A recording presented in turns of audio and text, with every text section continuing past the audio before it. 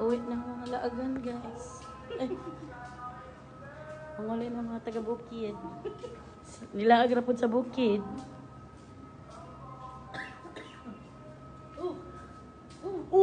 Ala mo na, mayon. Diba? Eh, pero at least malapit siya. Kung kailan umuwi, guys, saka pa siya napakita. Uy, malas yun siya. Muna mayon, guys, oh. Diri siguro sa ila na. Diri ang init dito. Kiso ka ng private jet, oh. Basig ato na. Manang mayon. So, wala siya napakita. Karon ra ni init ever since niabot ni. Oh, hi, bye. See you next year. Sa paan na. Pwede na mga video din, no?